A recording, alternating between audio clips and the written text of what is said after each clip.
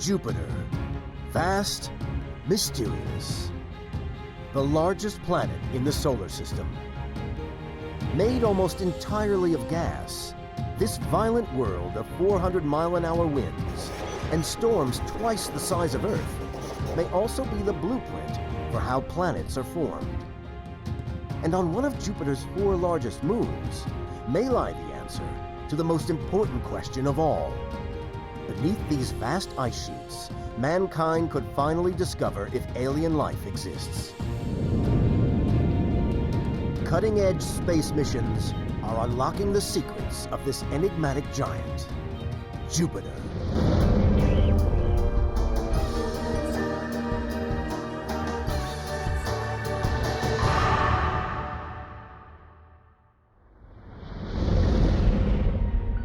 In the last 50 years, space missions have revealed worlds we never could have imagined.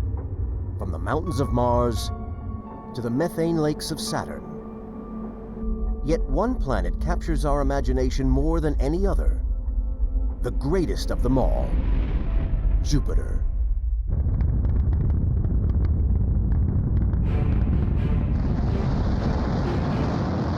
Most of what we know about Jupiter comes from one mission, Galileo, launched aboard the Space Shuttle Atlantis in 1989. Each new discovery it makes deepens our understanding of Jupiter and its moons. It may also uncover evidence of how the solar system itself was formed.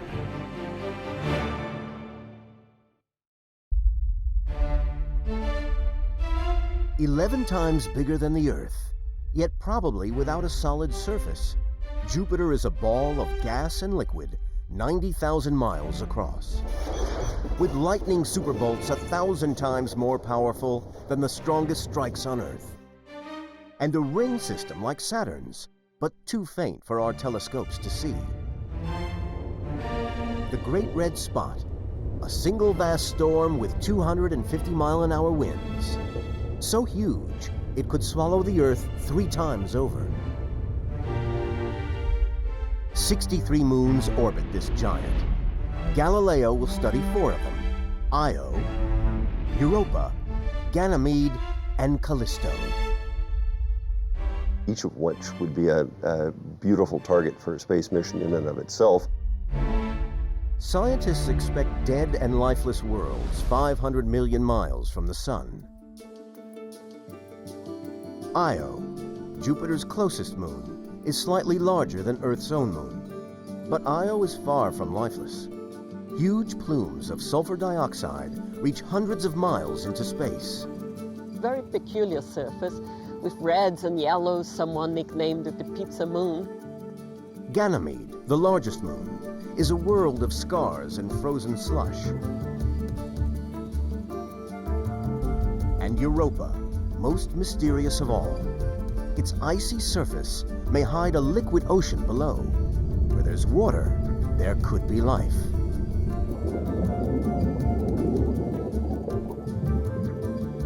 A new generation of probes are set to explore the mysteries of the Jovian system. Juno, Europa Explorer, and the underwater probe, Endurance. 3 missions, 1 goal, to at last reveal the secrets of these alien worlds.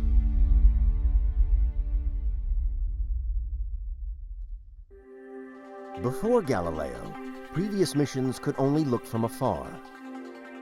In the 1970s and early 80s, Pioneer and Voyager gave us tantalizing glimpses of Jupiter and its moons, but they raised more questions than they answered.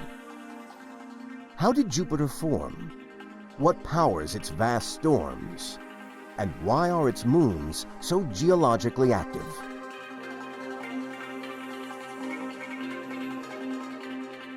Before these questions can be answered, the team have to overcome a simple problem. Galileo is unable to carry enough fuel to reach its destination. NASA engineers need another way to get to Jupiter. And they came up with a brilliant solution. We wouldn't go to Jupiter at all. We'd start by going to Venus. By flying close to Venus, and then Earth, using a gravitational slingshot method, Galileo steals some energy from the planets to accelerate itself toward its final destination, Jupiter. When Galileo arrives after a journey of 6 years, a small subprobe will detach and plunge into the depths of Jupiter's atmosphere. It will have less than an hour to analyze its surroundings before being crushed by the extreme pressure. Everyone expects Galileo to beam back extraordinary information.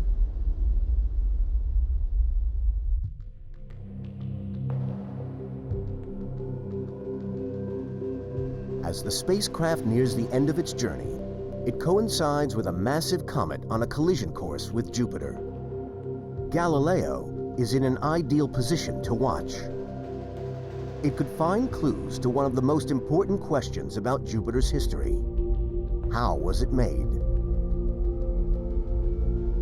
Up until now, scientists believe that Jupiter is made from the leftovers from the birth of the Sun, a primordial planet frozen in time. If so, the Sun and Jupiter will have very similar chemical compositions.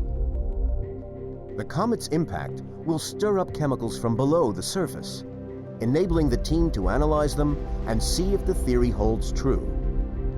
They are about to get more than they bargained for. I just couldn't believe that we were going to get a chance to see one body in the solar system smash into another one. We had an up-close and personal view of this unique event. The comet's name is Shoemaker-Levy 9, or SL9. David Levy is part of the team that first discovers it. This was going to be the first time that a comet collided with a planet, the first time in recorded history. And we had no idea what we were going to learn from it. The day arrives. On mountaintops and in space, more telescopes are trained on the same part of the sky than ever before. Some scientists believe Jupiter's thick atmosphere will simply swallow the comet without a trace. Others hope the impact will dredge up matter from deep inside the planet, giving us vital clues to its composition. We were talking about the largest, biggest planet in the solar system being hit by a tiny comet. Most scientists thought it would be a fizzle. Boy, were we lucky. As the comet approaches, Jupiter's massive gravity tears it to pieces. Now, 20 separate fragments will strike the planet, some a mile or more across. Astronomers across the globe are about to witness something amazing. Yeah, that's it. One by one, the fragments hit. The largest releases as much energy as 300 million atomic bombs. A fireball shoots 2,000 miles above the top of Jupiter's clouds. Each fragment produces a separate impact cloud, visible as dark black bruises in Jupiter's southern hemisphere. They're the size of the Earth.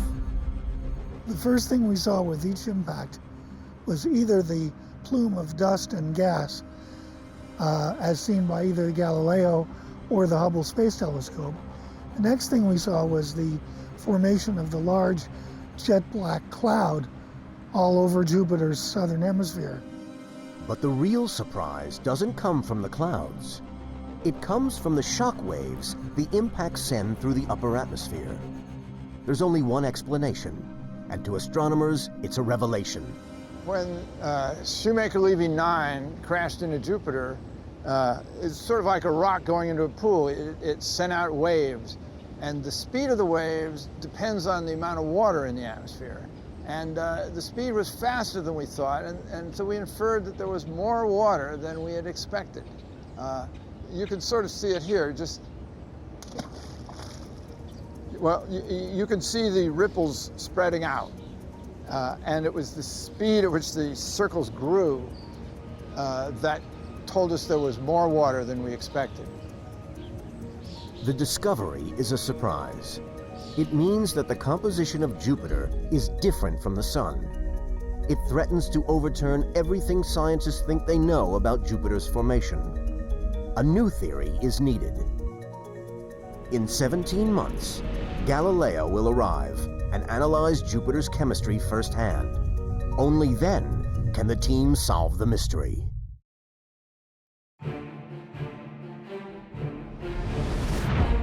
1 year after the comet SL9 strikes Jupiter, Galileo is on its final approach. There's a lot at stake. Scientists now know Jupiter may have 10 times more water than previously thought. If so, they may need to find a whole new explanation for how this strange world formed.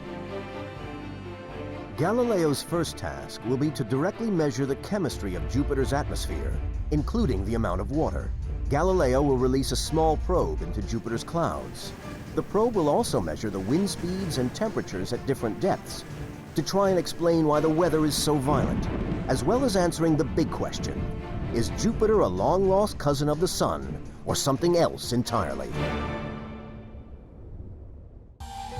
As the probe dives into Jupiter's atmosphere, scientists are convinced they'll find the layer of water vapor the comet revealed, giving vital clues to the planet's creation.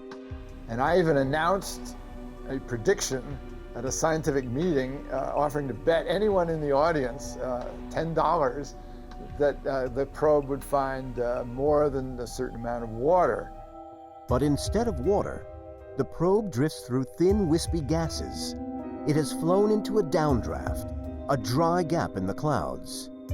Where is the water they were expecting to find? Jupiter must have both dry areas and wet spots. It's not what they expect. What they discovered was that Jupiter has some long-term weather patterns, spots that move around that they didn't really realize were there before. The Galileo team holds their breath. The probe dives deeper, but still there is almost no evidence of water. Less than an hour of data is about to trigger a revolution in our understanding of how the solar system formed. The probe does detect a high proportion of heavier elements like argon, krypton, carbon, and nitrogen. It finds levels 2 to 3 times higher than found in the Sun. These elements only condense at extremely low temperatures, lower than the temperature found at Jupiter's present position.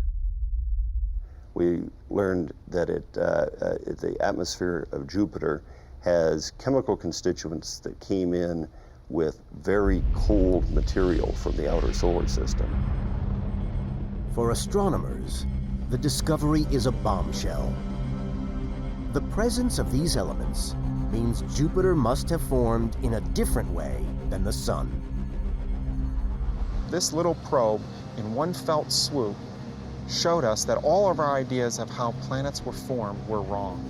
We didn't understand how the planets were made, and we didn't understand the early solar system. The small probe's discoveries shocked the scientific community. Could the giant planet have formed further out in the solar system, where it's colder, then migrated into its current position? Or did comets or asteroids bring the heavy elements and water to it? After 58 minutes, and before the answers become clear, the probe falls silent, burning up in Jupiter's inner atmosphere. The probe has given scientists some remarkable insights into Jupiter, its atmosphere, and how it formed. But the big question goes unanswered.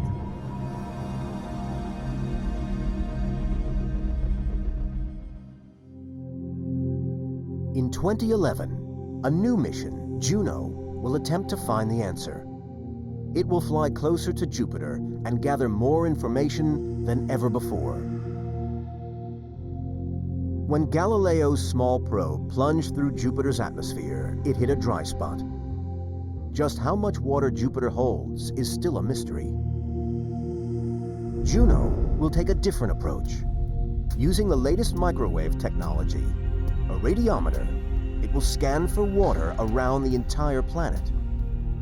Scientists hope that finding the missing data will finally solve the mystery of how Jupiter was formed. What we're really after with Juno is the ingredients. From the ingredients of Jupiter, we're going to figure out the recipe. And that's what's going to tell us how planets are made. With the probe having completed its work, it's now time for Galileo, 130,000 miles above Jupiter, to turn its attention to another long-standing mystery, the planet's weather. How can storms 3 times the size of Earth get so big and last for over 300 years? Jupiter's weather is a maelstrom of swirling clouds, lightning storms, and massive hurricane-like vortices. For the Galileo team, it's a mystery. On Earth, weather like this is powered by the heat of the sun, but Jupiter is 500 million miles away, so there must be some other source of power. Its most famous feature is the Great Red Spot, a storm whose clouds tower 5 miles above the atmosphere and plunge deep into a chemical soup below. The red spot is red because of the chemicals that are trapped there in the center of the red spot have been baked and cooked by ultraviolet light and have turned red. Astronomers have watched the Great Red Spot for at least 300 years. On Earth, even the biggest storms only last about 2 weeks. So how does the biggest storm in the solar system, 3 times wider than the Earth, get enough energy to rage unchecked for centuries? Scientists believe smaller thunderstorms could hold the answer.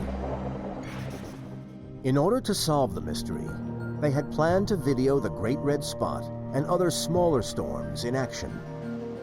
Understanding the mechanics of these turbulent weather systems, the Galileo team hoped to reveal the source of their power.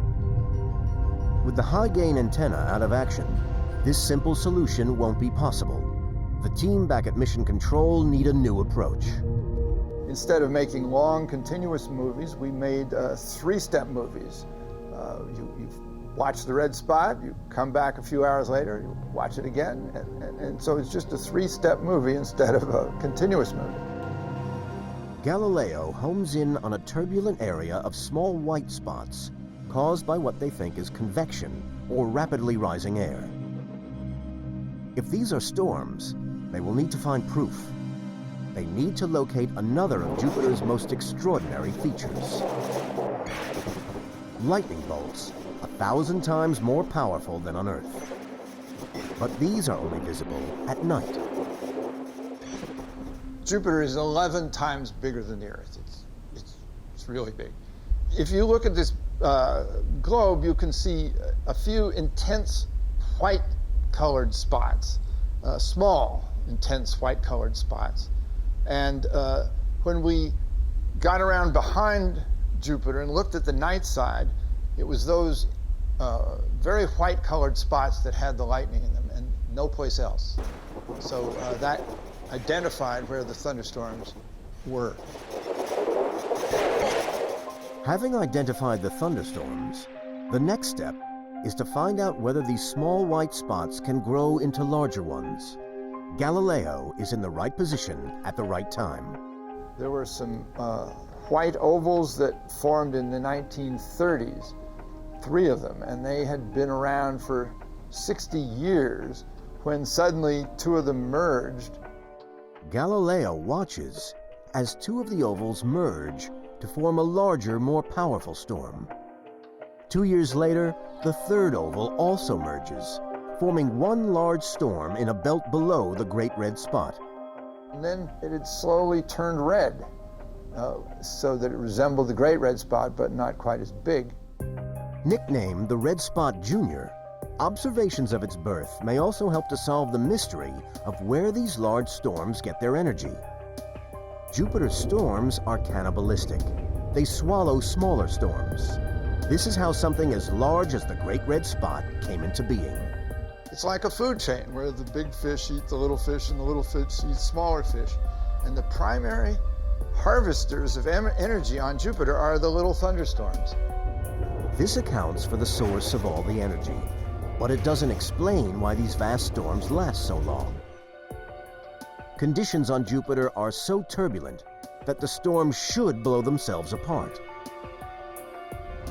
On Earth, vortices such as tornadoes soon die out, but on Jupiter, vortices last for years. Jupiter is the fastest spinning planet in the solar system, turning 22 times faster than Earth. Ironically, Scientist John Arno thinks this rapid spin explains the stability of Jupiter's storms. In rapidly rotating systems, vortices can be long-lived. It's very surprising. Normally we would think they'd shred themselves. They never do. What we've learned from these missions is that it's very coherent, is that it's very stable. When two different colored dyes are mixed in a rotating jar of water, the results are startling. At first, what looks like it's going to be a mess quickly turns out not to be a mess. Instead, we generate two large-scale vortices that you'll see are going to be very long-lived and coherent. And this is the idea. In rotating fluid systems, when you try to mix them, instead of just destroying any dye signal or any signal in the fluid, you get large-scale structures, similar to a great red spot.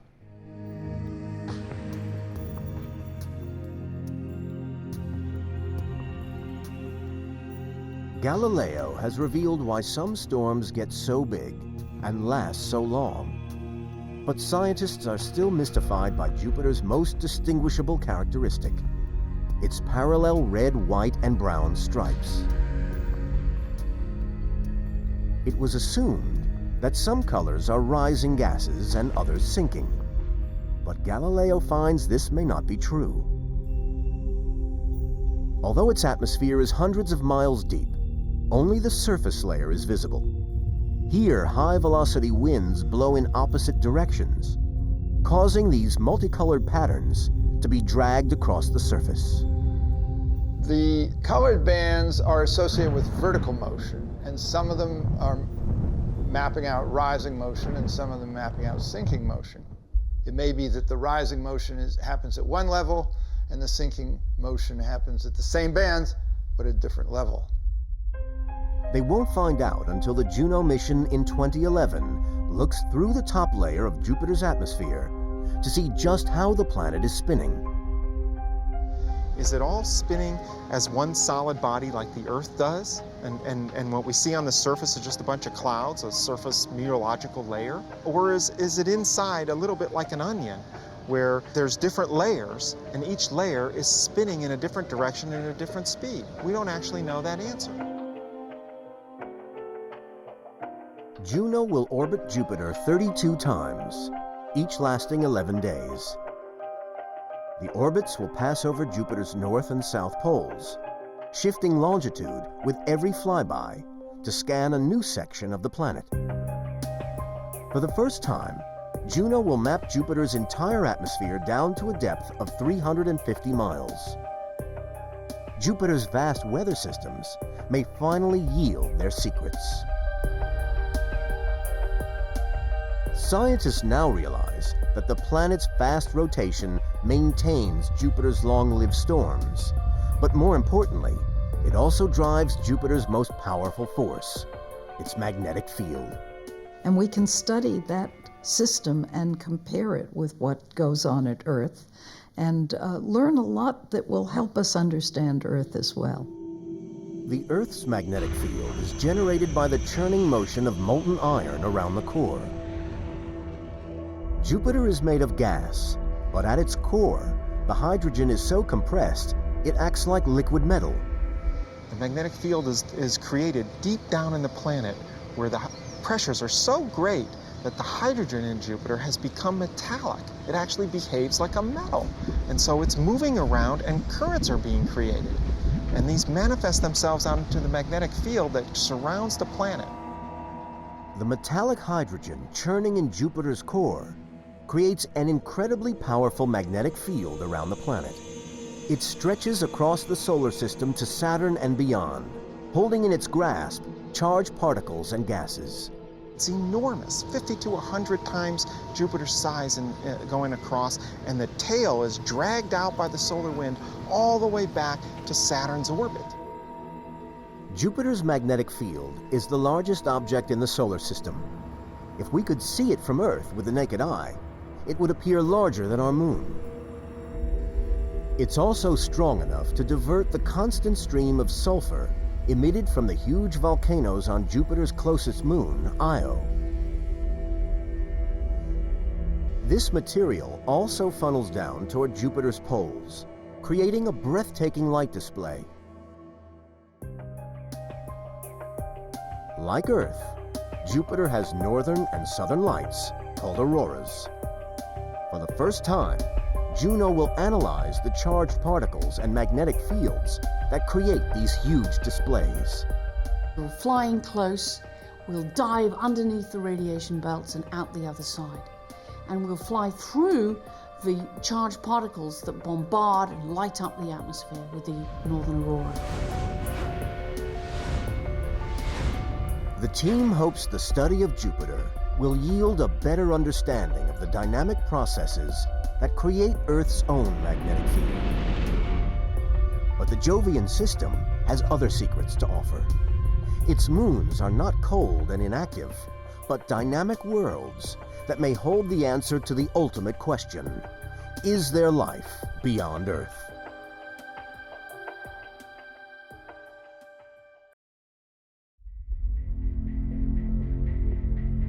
The Jovian system is immense. 63 moons orbit the planet, some large enough to be planets in their own right. They are also an enigma. Small planets and moons usually cool faster. So how can these moons be so hot and geologically active now? The answer may also contain a clue to the holy grail of science. Is there life on other worlds? The 4 largest moons are Ganymede, Callisto, Io, and Europa. Each one is profoundly different and holds incredible surprises. Where every time Ganymede goes around once, Europa goes around twice, and Io goes around 4 times. It's not a coincidence. These moons have evolved into this wonderful cosmic dance. Astronomers had expected Jupiter's moons to be cold, dead lumps of rock and ice. What Galileo finds are active, dynamic worlds. First stop, the mysterious Ganymede, the largest moon in the solar system. If it orbited the Sun instead of Jupiter, astronomers would call it a planet. These NASA images show its mountains, valleys, craters, and frozen lava flows. Almost immediately, the team finds something extraordinary. Galileo's magnetometer is picking up unexpected readings. Now, I was flabbergasted.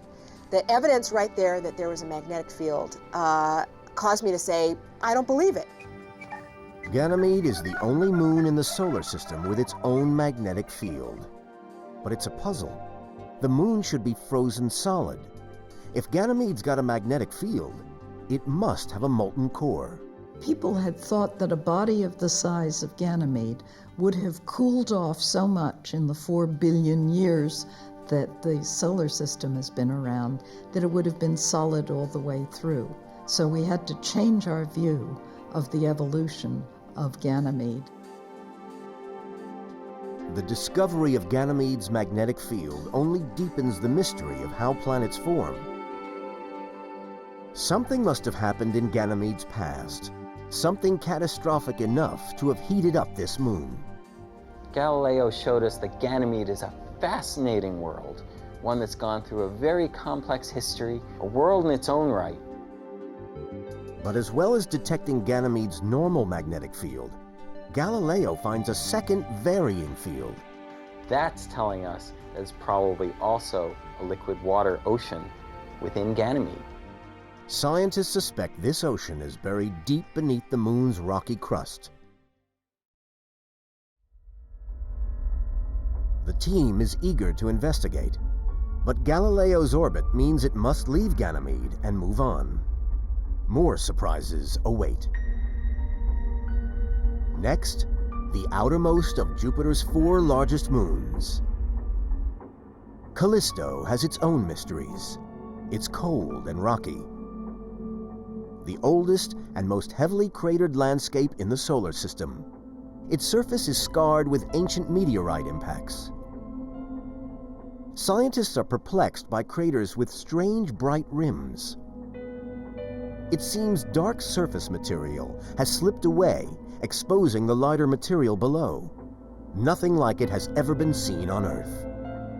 So what's the material made of that's slumping down? What's the process that's causing it to slump off? And it certainly proved to be a much more interesting body upon close examination than we ever thought. Although the surface is a chilly minus 279 degrees Fahrenheit, Galileo's data suggests that just like Ganymede, Callisto can't be frozen solid. It detects a very weak magnetic field, suggesting it too may have an ocean. But the data is confusing. Other instruments aboard Galileo suggest that 125 miles beneath its surface, Callisto consists of a mixture of rock, metal, and ice, right down to its core. It's another mystery.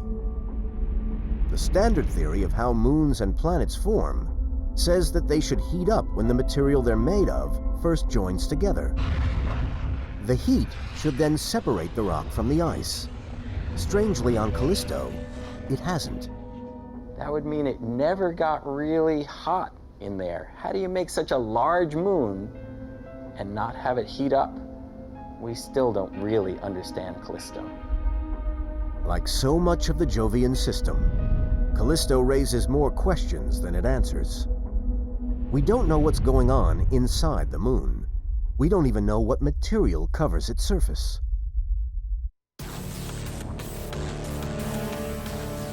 The story of Jupiter's next moon is equally bizarre. Io is the same size as our moon and is the closest of Jupiter's 4 large moons. It is the most volcanically active body in the solar system, with over 400 volcanoes, up to 124 miles across. If you could have a bird's eye view of Io, it would be really extraordinary. You would see these plumes that are hundreds of miles high, these enormous lava flows, and big lava lakes just boiling and bubbling away on the surface that is all really strange and has these colors of pepperoni pizza. Volcanoes constantly reshape Io's surface. Galileo's pictures are totally different from the ones Voyager sent back some 20 years before. But how can a landscape change so dramatically in such a short space of time? Huge craters seem to come and go. The cause of their disappearance seems to be giant plumes of sulfur-rich gases shooting around 200 miles above the surface.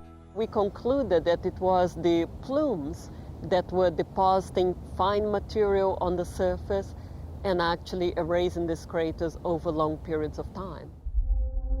But as with Jupiter's other moons, there is a further mystery. This much volcanic activity requires an immense amount of heat. But where does it come from? Io, 500 million miles from the sun, should be too cold. But clearly it's not. Could the answer be gravity? Jupiter's gravitational field keeps Io in orbit, but as it goes around, it passes on the inside of Jupiter's other moons.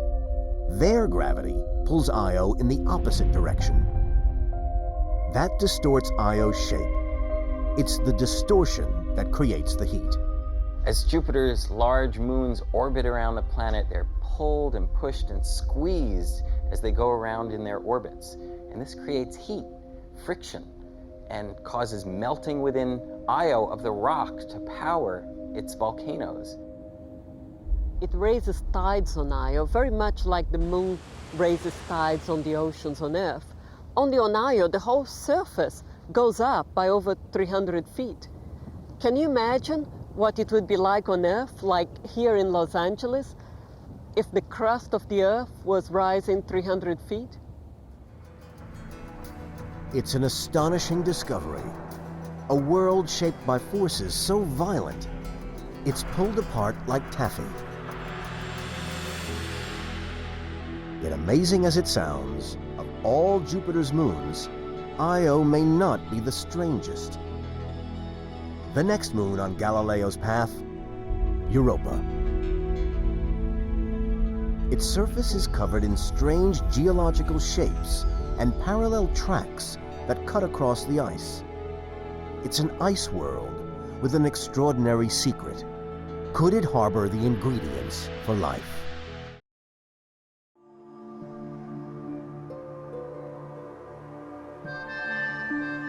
Images of Jupiter's moon Europa from earlier missions reveal a pinkish-white world.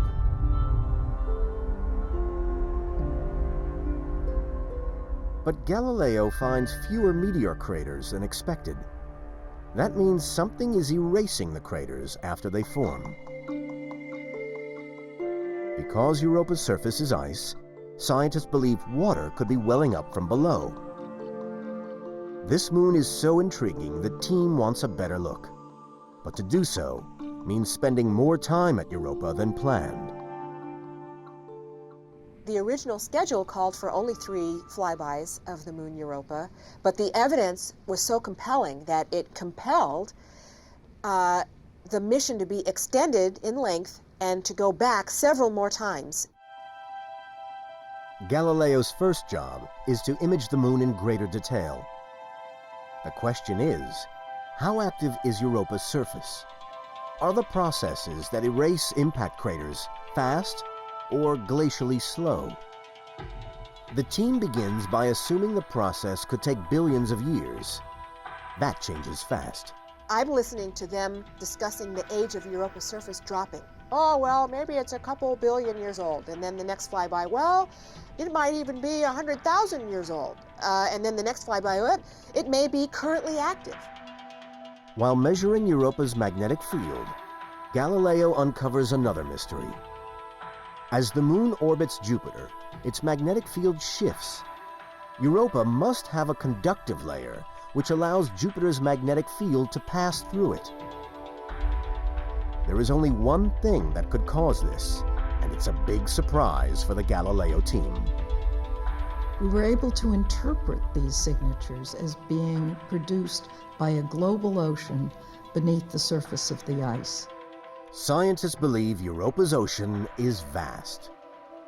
It covers the whole globe to a depth of 100 miles, making it the largest body of liquid water in the solar system. If so, the team must first address a fundamental problem.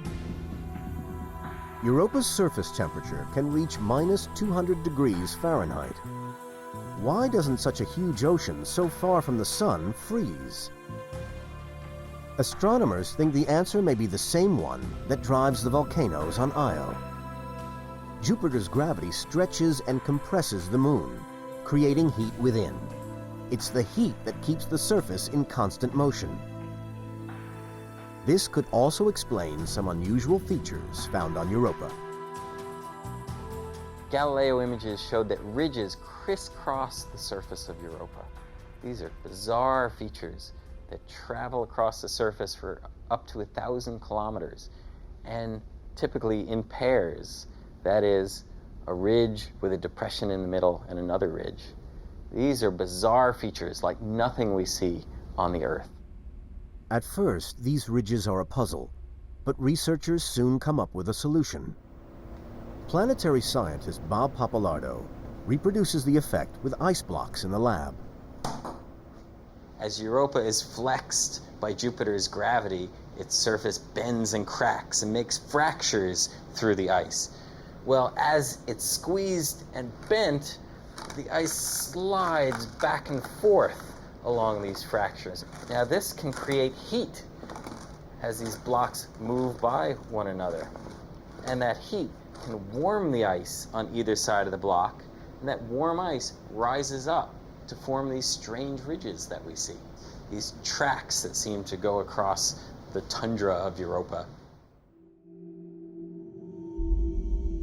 Galileo reveals a world in constant motion, evidence of heat hidden below the ice. Flows of material on the surface are possible evidence of ice volcanoes or geysers.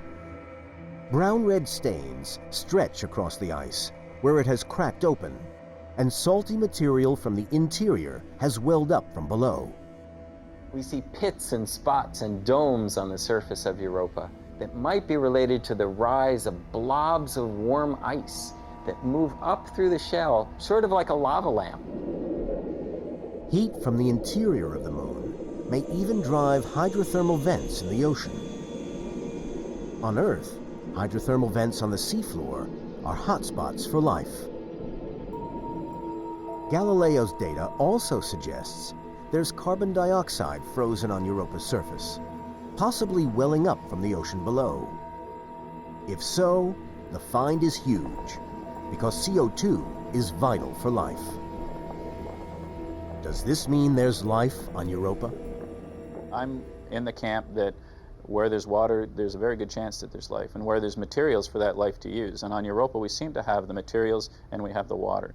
If we search and find life within the ocean of Europa, that'll be an enormous leap in understanding whether we're alone in the universe or whether life may be everywhere. The search for life is an irresistible lure. Scientists are desperate to go back to Europa, and near the end of the next decade, they hope to launch a groundbreaking mission to orbit the moon. The Europa Explorer will take the first steps toward answering the biggest question of all. Is there life on other worlds? It will survey the ice on Europa's surface. As well as analyzing its structure, it will search for spots where we could one day break through to the ocean beneath. We need to measure the gravity in detail. We need to do radar studies. We need to look at the surface composition. We need to understand the geology.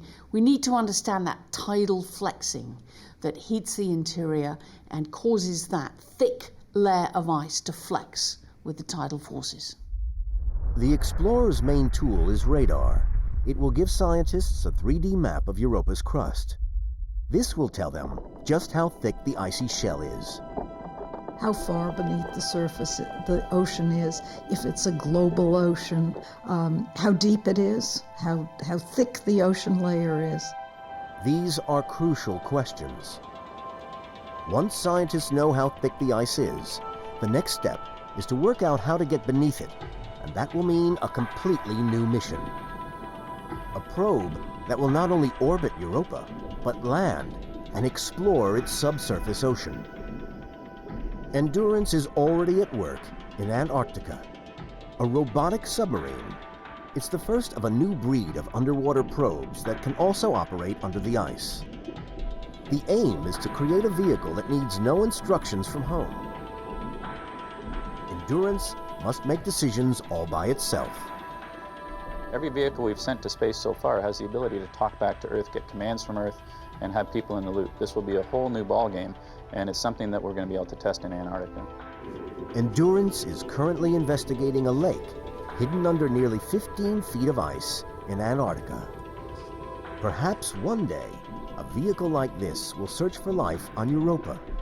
But first, it has to get through the ice. That thick ice cover, it takes a lot of energy to melt ice. People don't usually appreciate that. But we'll need some kind of nuclear system that will melt that ice, and it will take weeks, perhaps months, to get through that ice. We might imagine a lander spacecraft that melts its way all the way down to the ocean and explores what's really down there. The discovery of life on another world would be one of the greatest finds of all time. We're not talking about fish or whales or the Loch Ness Monster. We're talking about microbes. Could there be tiny single-celled organisms within the ocean of Europa? I mean, if you just find bacteria, it would be fascinating. But who knows? You know, maybe there's something more sophisticated, there's something swimming around. Who knows? Even the simplest life forms would have profound implications. If life exists in the ocean of Europa, that would tell us that life probably exists almost anywhere there's a water-rich environment. That would be an amazing discovery.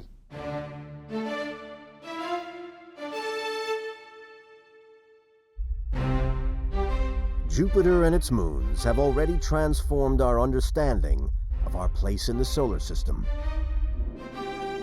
Now, new missions to Europa may finally prove that life on Earth is not unique. And if there's life on two worlds, then why not on many?